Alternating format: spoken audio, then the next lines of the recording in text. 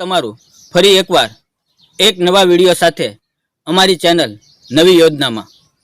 મિત્રો, આજના વિડીયોમાં આપણે ખેડૂતો માટે એક એવી યોજના વિશે વાત કરીશું કે જેમાં ખેડૂતોને લણણીના અલગ અલગ સાધનો ખરીદવા માટે સરકાર દ્વારા ₹92,500 સુધીની સહાય આપવામાં આવે છે।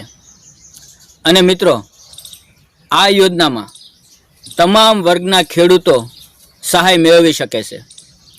એસસી, એસટી, ઓબીસી અને જનરલ આ યોજનામાં સબસિડી મેળવવા માટે મિત્રો હાલમાં ઓનલાઈન અરજી ફોર્મ ભરવાના શરૂ થઈ ગયા છે।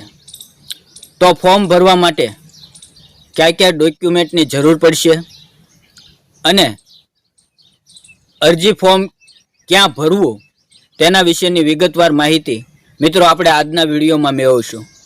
તેથી વિડીયોને છેલ્લે સુધી જોતા રહેજો।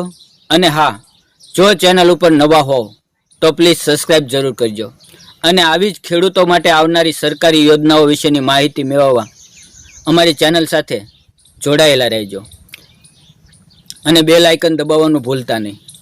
તો ચાલો મિત્રો, વિડીયોની શરૂઆત કરીએ। ખેડૂત મિત્રો, ખેડૂતોને ખેતીવાડીના સાધનોની સાથે સાથે લણણીના સાધનોની પણ ખૂબ જ જરૂર પડતી હોય છે।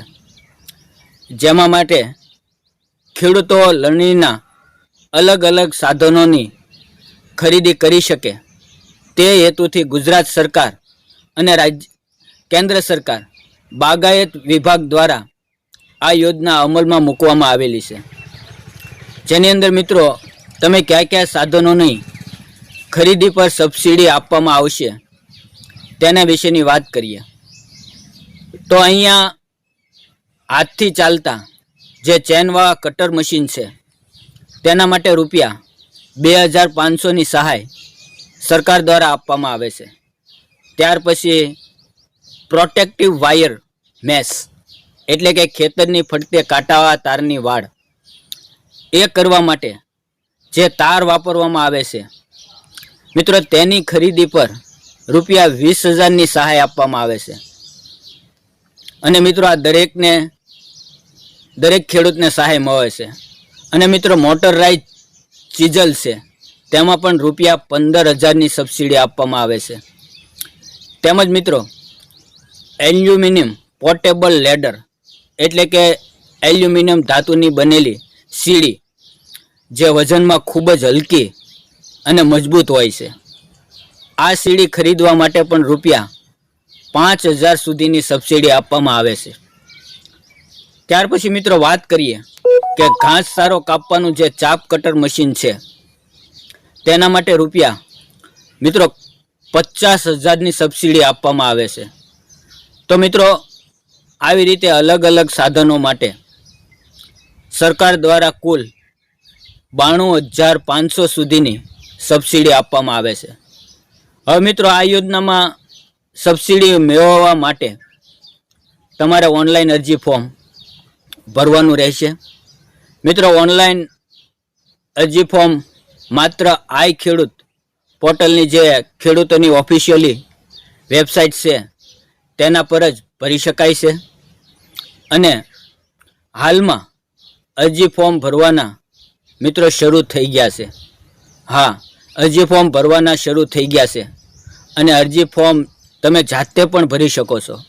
અને જો તમને જાતે ફોર્મ ભરતા ન આવડતું હોય તો CSC સેન્ટર અથવા તમારી પંચાયતના કોમ્પ્યુટર ઓપરેટર પાસે પણ તમે આ ફોર્મ ભરાવી શકો છો। મિત્રો અરજી ફોર્મ ભરાઈ જાય એટલે તેની અરજી પ્રિન્ટ કાઢીને તમારી પાસે જ રાખવાની।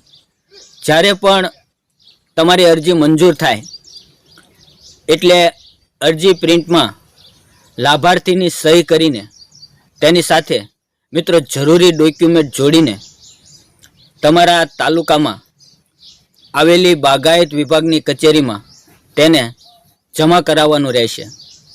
હવે મિત્રો વાત કરીએ આપણે કયા કયા ડોક્યુમેન્ટ આ ફોર્મ ભરવામાં જરૂર પડશે, કયા કયા ડોક્યુમેન્ટ આપવાના છે। તો એસસી અને એસટી કેટેગરીના ખેડૂતો માટે જાતિનો દાખલો, ત્યાર પછી જમીનની વિગતોમાં 7-12 અને 8 અની નકલ, અને જો એમાં તમારું ખાતું સંયુક્ત હોય તો એવા કિસ્સામાં અન્ય ખેડૂતોનું સંબંધી પત્રક પણ આપવાનું રહેશે. તેમજ આધાર કાર્ડ અને રેશન કાર્ડની નકલ સાથે આપવાની રહેશે. ત્યાર પછી મિત્રો બેંક પાસબુકના પ્રથમ પાનાની નકલ અથવા રદ કરેલ ચેક, અને દિવ્યાંગ લાભાર્થીઓ માટે મિત્રો દિવ્યાંગતાનું પ્રમાણપત્ર આપવાનું રહેશે. અને તમે જે સાધનોની ખરીદી કરો છો તેની સાથે તમારો ફોટો અને ખરીદેલ સાધનનું અસલી જીએસટી વાળું બિલ ડોક્યુમેન્ટની સાથે તમારે અને અરજી પ્રિન્ટની સાથે જોડીને નિયત સમય મર્યાદાની અંદર જમા કરાવવાનું રહેશે. હવે મિત્રો, આ યોજનામાં સહાય મેળવવા માટે લાભાર્થીની પાત્રતા શું હોવી જોઈએ? તો મિત્રો, જે ખેડૂતો ઓઇલ પામની ખેતી કરતા હોય તે ખેડૂતો આ યોજનામાં લાભ લઈ શકે છે. પછી તે કોઈ પણ કેટેગરીના ખેડૂત હોય, એસસી એસટી હોય, ઓબીસી, જનરલ, ઈડબ્લ્યુએસ, મિત્રો આ તમામ ખેડૂતોને લાભ મળવા પાત્ર થશે. પરંતુ હાલમાં મિત્રો આ યોજનામાં ફક્ત અમુક જિલ્લાના ખેડૂતો માટે જ અરજી ફોર્મ શરૂ કરવામાં આવ્યા છે. ખાસ નોંધ લેજો મિત્રો, અમુક જિલ્લાના ખેડૂતો માટે જ અરજી ફોર્મ શરૂ કરવામાં આવેલા છે. તો મિત્રો, આવી રીતે બાગાયત વિભાગની આ ખૂબ જ અગત્યની યોજના કહી શકાય, જેમાં ખેડૂતોને અલગ અલગ સાધનની ખરીદી માટે સબસિડી આપવામાં આવે છે. જો મિત્રો યોજના વિશે તમારા કોઈ મૂંઝવણ હોય તો કમેન્ટ બોક્સમાં જરૂર જણાવો. અને જો વિડીયો ઉપયોગી લાગ્યો હોય તો પ્લીઝ મિત્રો લાઈક કરજો, સબસ્ક્રાઈબ કરજો અને તમારા જેવા બીજા ખેડૂત મિત્રો સાથે શેર કરજો. તો મિત્રો ફરી મળશું એક નવા વિડીયોમાં. ત્યાં સુધી આવજો. જય જવાન, જય કિસાન, જય દ્વારકાધીશ. ધન્યવાદ મિત્રો.